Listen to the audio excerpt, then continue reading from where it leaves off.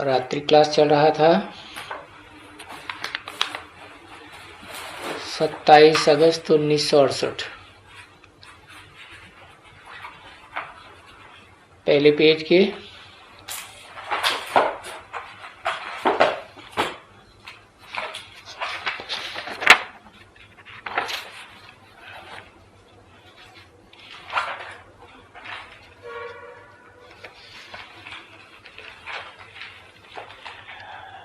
हाँ 27 अगस्त 1968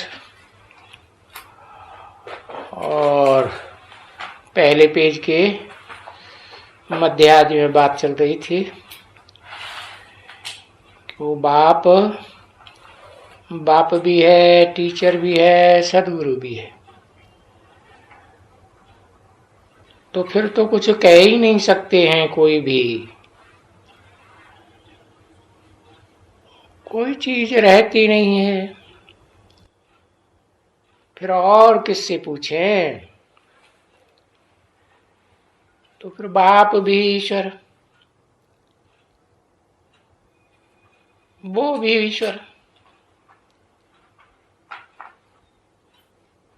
तीनों ईश्वर।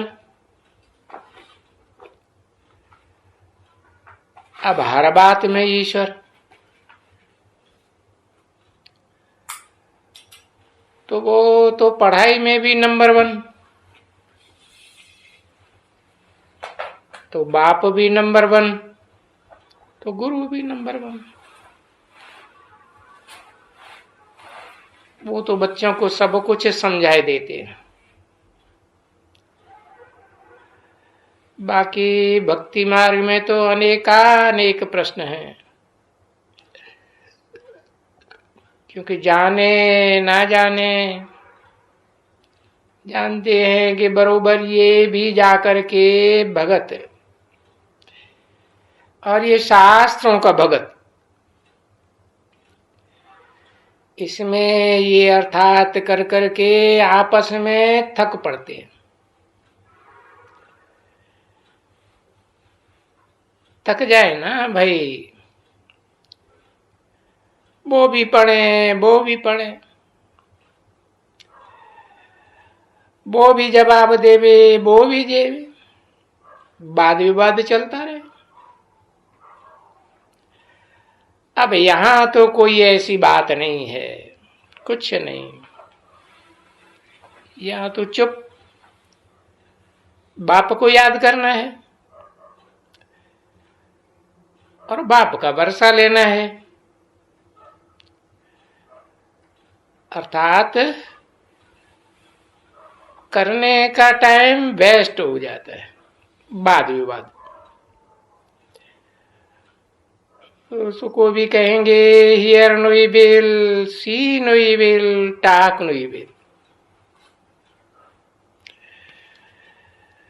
बाकी भला क्या है जो इविल नहीं है? बस सारी दुनिया इविल, एक बाप ही रह जाता है। बाप माना ही बाप का वर्षा, और बेहद के बाप का माना बेहद का वर्षा, और बेहद का वर्षा माना ही स्वर्ग, स्वर्ग की बादशाही। स्वर्ग का वर्षा ही माना देवता, और देवता माना ही देवी गुण। ये तो आप ही समझ जावे कि पास्ट हो गए ना, वो सब देवताएं पास्ट हो गए। तो पास्ट में जब सब मालूम पड़ जाता है बाप के बारे में,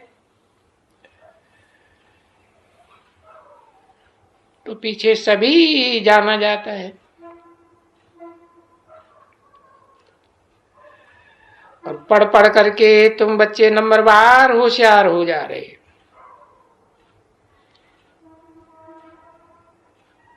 तो आप ही सब कुछ समझ सकते हो।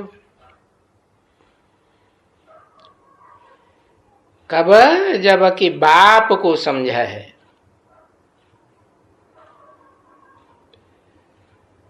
तो बाप माना ये है ना बच्चे, बाप माना वर्षा।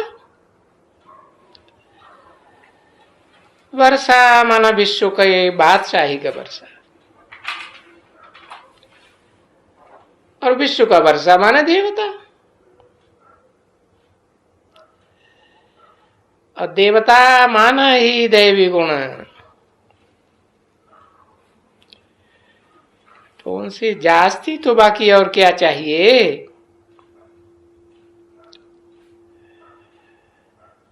तो दैवी गुण आए तो ऑटोमेटिकली सब गुण दैवी गुण आ जाते हैं।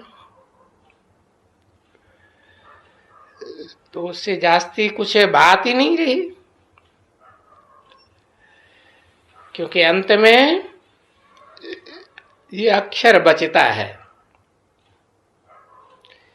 गीता के पिछाड़ी में ये अक्षर है ना, मन मना भव मध्य आदि भव।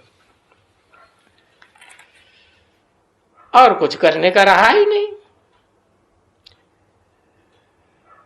बहुत ही समझाई दिया है तुमको। ये सारा समझाई दिया। तो हो सकता है बाबा पिछाड़ी में आकर के सिर्फ इतना ही समझावे बच्चों को कि मन मना भव। तो बच्चे समझ जाते हैं ना। और बाप तो सभी कुछ समझाता है कि बाकी जो डल बुद्धि बचते हैं, और डल बुद्धि तो है ही, फिर उनको क्या समझाएंगे। उनको ट्राई करते बाकी जब डल बुद्धि ही रहती है तो उनको ऐसे ही रह जाना है। बाबा कहते हैं आखिरी में बाकी क्या समझना है। अभी भी बीच बीच में भी कह देते हैं ना, क्या पिछाड़ी में और क्या समझाएंगे। अरे 84 जन्म का चक्कर ही समझा ही लिया।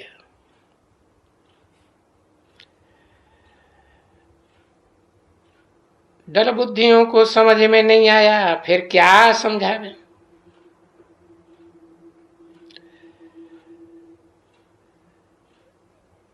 चौरासी चक्कर होते ही नहीं है।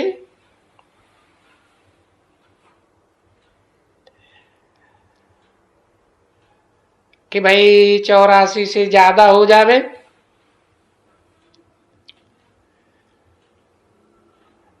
जो कोई नई बात आ जावे समझाने के लिए, कि 84 नहीं 85 जन्म हो जावे।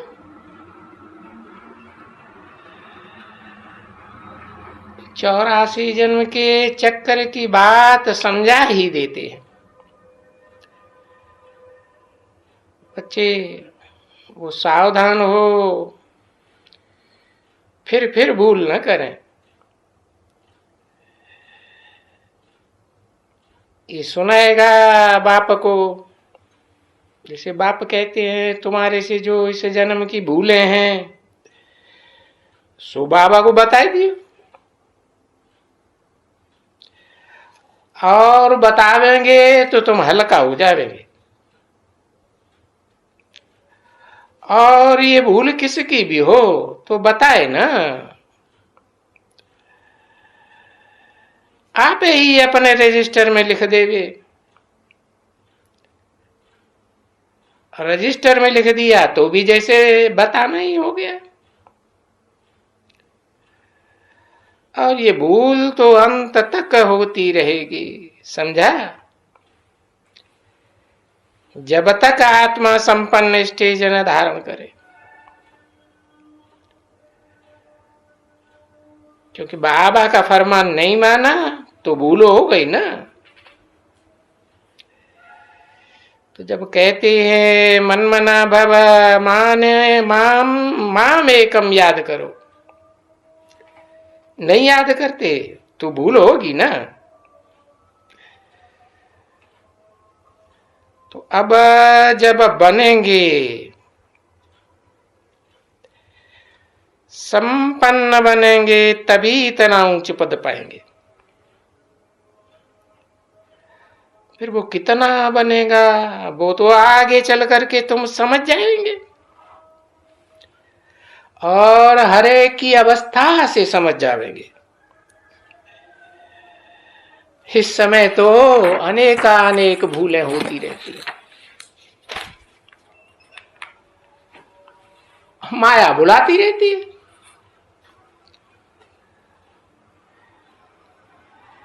27 अगस्त 1968 की रात्रि क्लास का दूसरा पीरियड। तो देखो,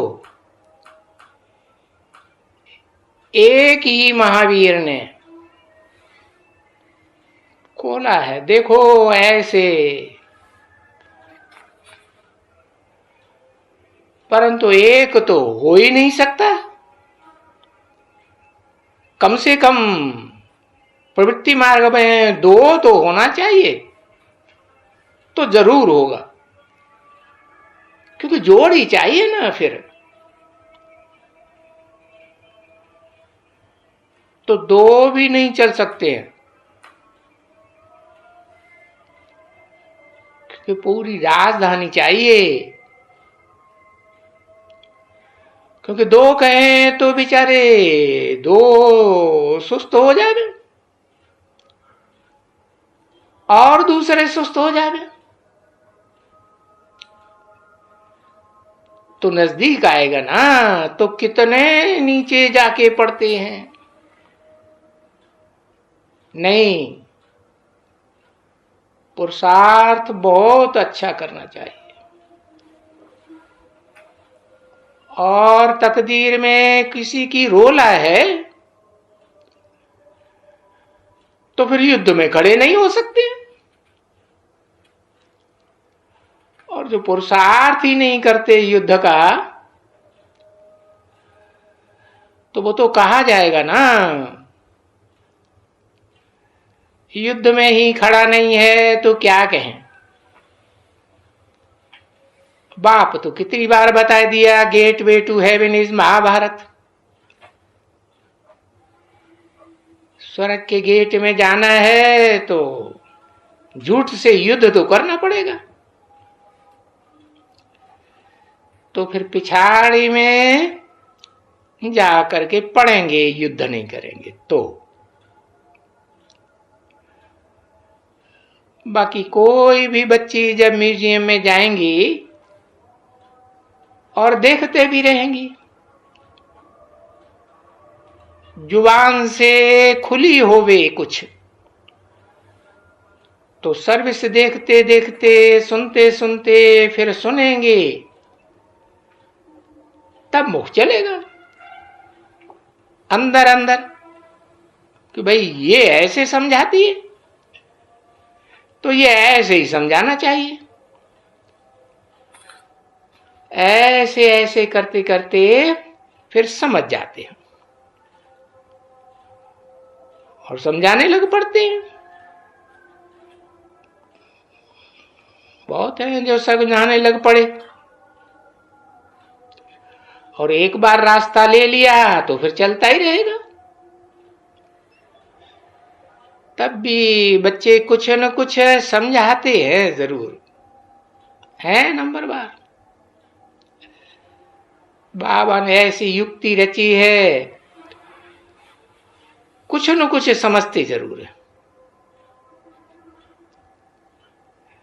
और ये भला तो समझते हैं ना कि ये बाबा है, ये बैठे हैं, ये तो समझते हैं कि बाबा है, तो भी स्वर्ग में आए करके यहां बैठे हुए हैं, तो भी तो आएंगे, पद तो पाएंगे।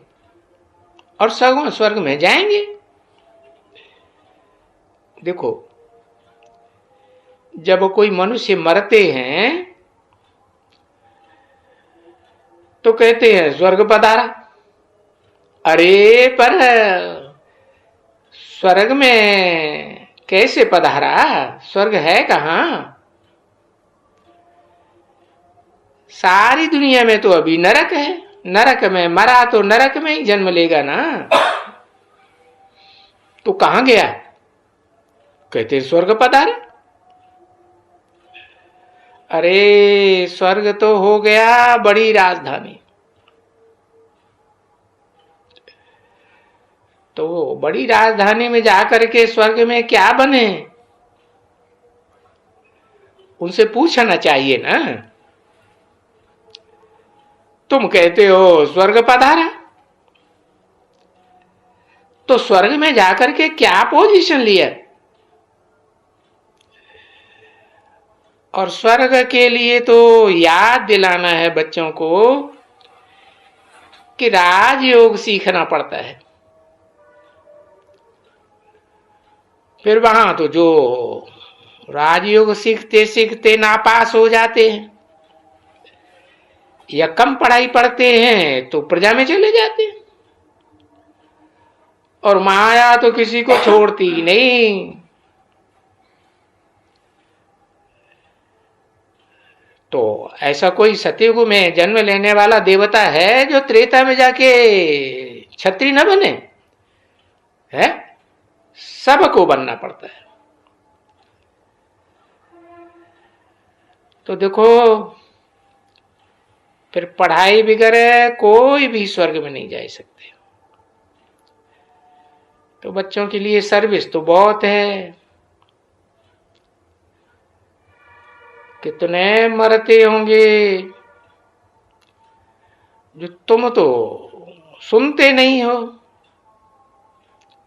हाँ, जो बड़े आदमी मरते हैं तो उनका अखबार में डालते हैं। और फिर भाई गरीब कितने मरते हैं। प्रजा कोई मरे तो वहां भी जाकर के तुम सर्विस कर सकते हो उनकी। गरीब है ना बेचारे। यही हिसाब में कि भाई ये शरीर छोड़ा तो अभी कहां गया। कहते हैं सब स्वर्ग पधारा, अब स्वर्ग होता कहां है? आओ तो हम तुमको बतावे। क्योंकि स्वर्ग तो अभी आने वाला है। तभी तुम कह सकते हो कि हां आओ तो हम तुम्हें राज बतावे। इसके पहले कभी कोई थोड़े ही राज बता सकता है? नहीं। तो गरीब तो आके झट सुनते हैं। और पास में भी कोई मरे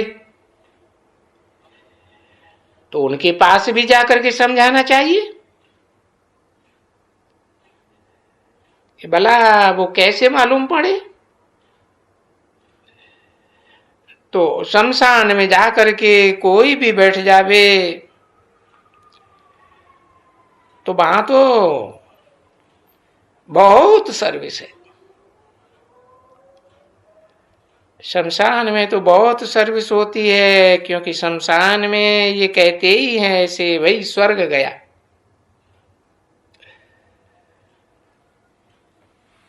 अब यादगार में दिखाते हैं, बरोबर लात इस तरफ में कर देते, शहर की तरफ में, माथा स्वर्ग की तरफ कर देते हैं। जैसे तुम कृष्ण का कर देते हो। तो वहां जाकर के अगर कोई समझावे शमशान में बैठ करके ढेर के ढेर समझेंगे।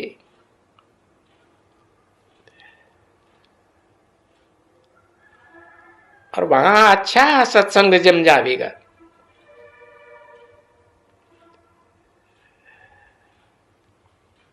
जिसका भी मरे वो सब पहले तो आ करके वहां समझावे।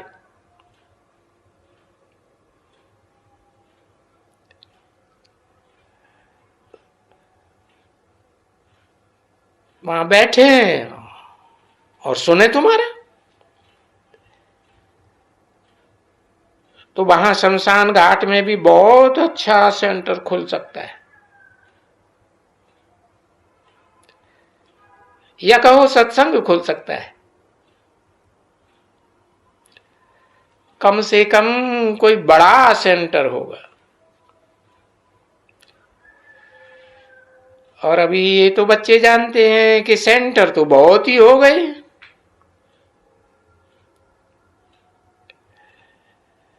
और शमशान के सेंटर तुमको जितना चाहिए इतने मिल सकते हैं, और खुशी से मिलेंगे भी तुमको। क्योंकि भाई लोग तो कुछ नहीं समझाते हैं वहां।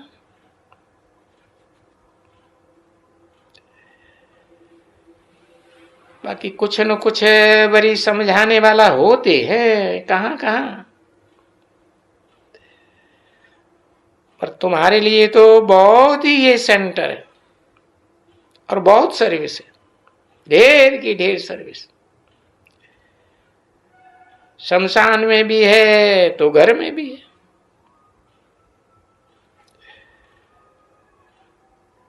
कि मालूम तो तुमको घर का पता पड़ जाता है। बच्चे मशानी वैराग होता है ना,